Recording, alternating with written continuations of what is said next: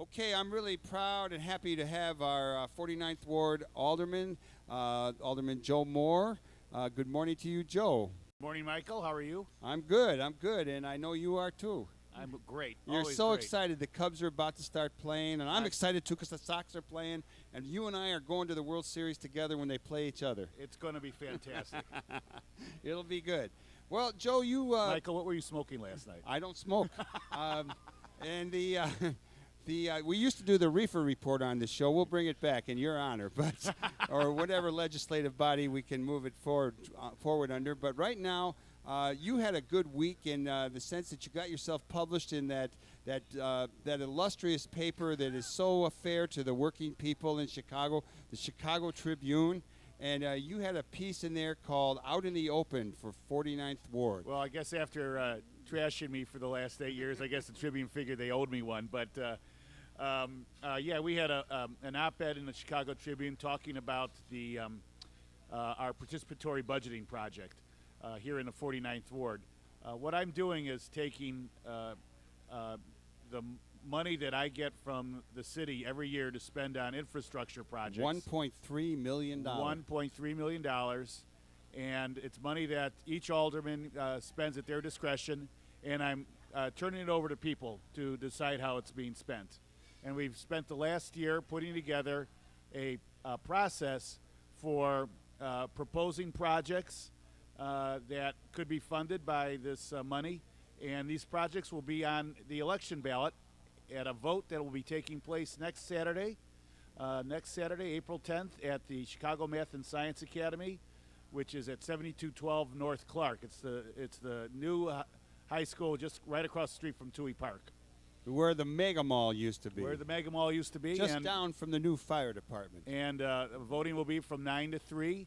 Now, if folks are going to be out of town that day or they have some other commitments, we also have early voting starting on Monday at my ward office at Jarvis and Greenview. So you can vote early there from 9 to 6, Monday through Friday.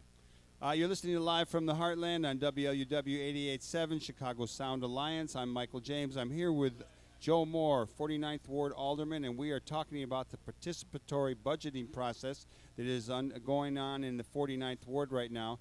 Joe, before we go too far, I want to just get a little hint from you as to how this discretionary dough, this moolah that every alderman gets, used to be spent, and how most of it is spent in the ward, because I have a feeling that's in sharp contrast to what we're doing here in the more democratic, we like to say, 49th Ward.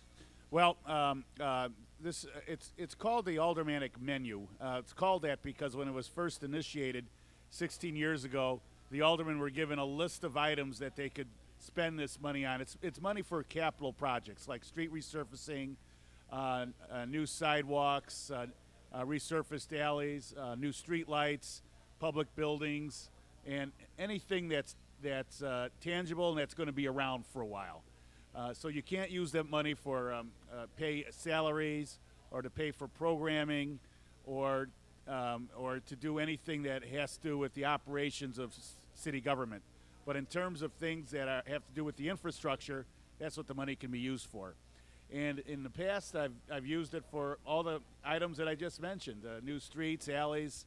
We've used it also to either refurbish or create a couple of playgrounds in the area. We use it to help subsidize the funding for the construction of the Willie White Community Center up on Howard Street. So there are a number of items we've used it for.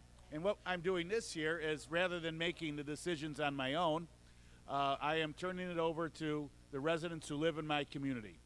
You'll be able to vote in the election if you're 16 years of age or older, and if you're a resident of the ward. You don't have to be registered to vote. You don't have to be a citizen.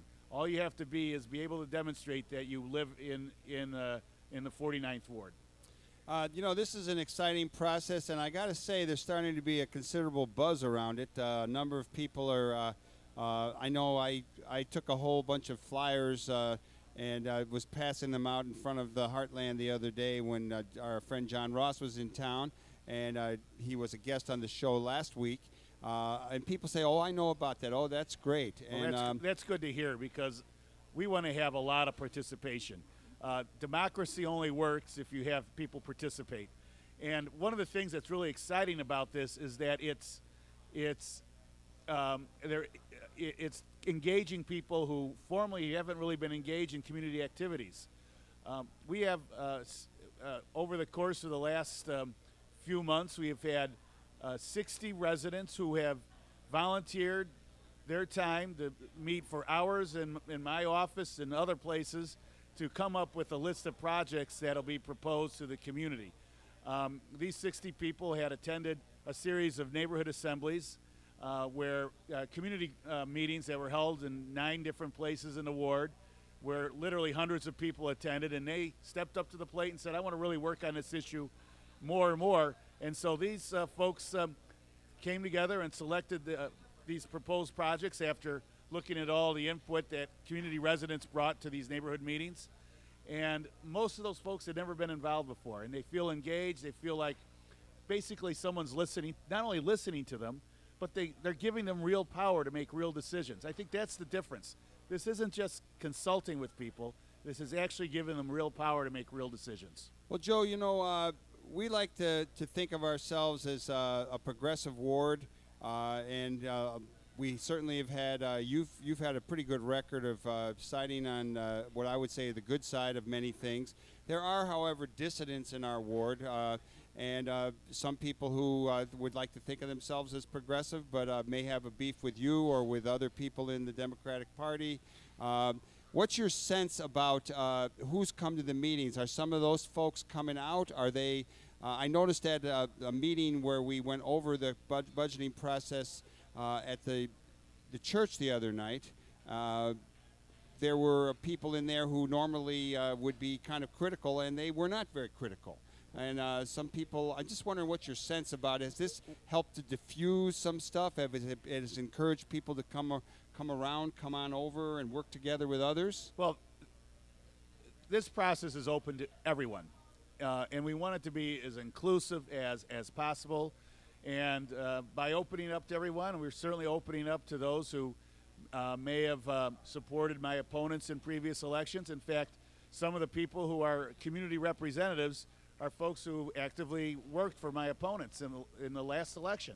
That's fine. I want to welcome everybody. That's good. And I really mean that. And I think, perhaps some of them may now perhaps see me in a different light as someone who does try to not only listen but actually give them power to make decisions. And but the fact of the matter is that as long as you live in the 49th Ward and you're over the age of 16 years or older, you're going to be able to vote. It doesn't matter who you are or what your ideology is. You're going to help decide how we're going to spend your tax dollars in the coming year.